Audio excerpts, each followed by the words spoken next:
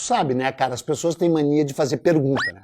Tu vem andando na rua, daí vem um cara, eu queria te fazer uma pergunta. Tá, qual é a pergunta? Qual o seu episódio favorito da história do Brasil? Tá bom, cara, já me perguntaram isso 10 vezes, então eu vou te responder agora qual o meu episódio favorito da história do Brasil.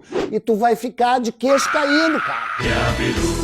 Peabiru, Peabiru, venha caminhar daqui até o Peru.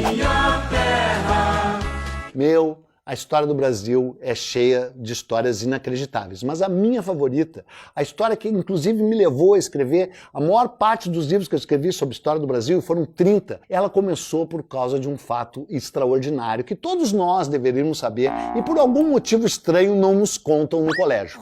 A história dos náufragos que caminharam da ilha de Santa Catarina até o Peru em 1524. Uma história incrível, por um caminho indígena chamado Peabiru. Cada vez mais gente sabe dessa história e eu me orgulho muitíssimo de ter ajudado a propagar essa história com esse livro, Náufragos, Traficantes e Degredados, que eu sei que você já está louco para comprar e vai comprar, e no final desse episódio é certo que comprará, porque esse é o livro que resgatou essa história, que claro, já tinha sido contada, né, mas não tinha sido contada de uma forma mais popular, mais pop, digamos assim. Essa história se inicia em 1524, mas para chegar nela você tem que retroceder um pouco no tempo e chegar até a descoberta do Rio da Prata. A história da descoberta do Rio da Prata já é por si só extraordinária. Os europeus descobriram um novo mundo, né? Logo descobriram que era uma massa continental, né? O Colombo, quando chegou, Colombo você sabe, né? Eu já falei aqui, é o cara que quando saiu não sabia para onde estava indo e quando voltou não soube dizer onde tinha estado. É uma piada que conta sobre o Colombo lá no Caribe e que é verdadeira, né? Porque ele chegou ali nas Antilhas, né? Nas Anti-ilhas, né? No Caribe, achando que estava chegando nas proximidades da Índia. Nessa época que nós vamos começar a falar agora, 1515, por aí, os europeus já tinham plena consciência que esse era um novo mundo, que era uma massa continental. E tudo que tem início tem fim, né? Então essa massa continental tinha que ter um fim, tinha que ter um lugar que daria passagem para o outro lado, que daria passagem para o oceano que ainda não se conhecia, o oceano que viria a ser chamado de Pacífico.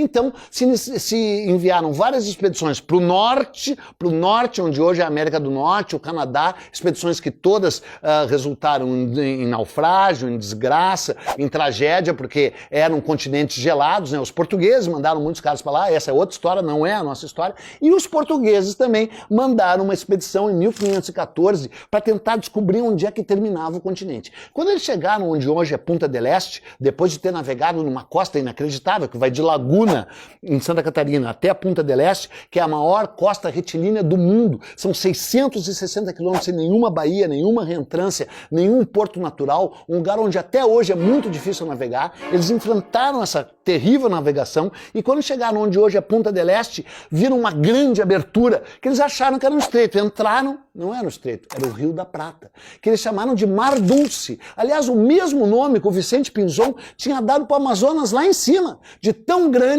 que era a foz do Amazonas e de tão grande, embora bem menor que do Amazonas, a foz desse rio que viria a ser chamado de Rio da Prata. E por que ele foi chamado de Rio da Prata? Porque em 1514 essa expedição portuguesa encontrou indígenas da nação charrua que viviam onde hoje é o Uruguai, que deram para eles um machado de prata e que disseram que essa prata vinha de um lugar onde esse próprio rio nascia, que era um lugar de montanhas enormes, montanhas permanentemente geladas, onde vivia um povo serrano muito rico, repleto de ouro, repleto de prata e com uma civilização desenvolvida e que essa prata tinha vindo dali. Tu imagina, né? Tá, os europeus, essa prata... E havia aquela prova material, né? E além de tudo, a largura, as dimensões daquele rio eram provas geográficas o suficiente para saber que, de fato, ele deveria nascer muito longe e em lugares nevados, porque senão não seria um rio tão gigantesco quanto era o rio que acabou sendo batizado de Rio da Prata. Isso foi em 1514 e tinha uma rede de espionagem, cara, incrível, entre Lisboa, Sevilha e Madrid. Então tudo que os portugueses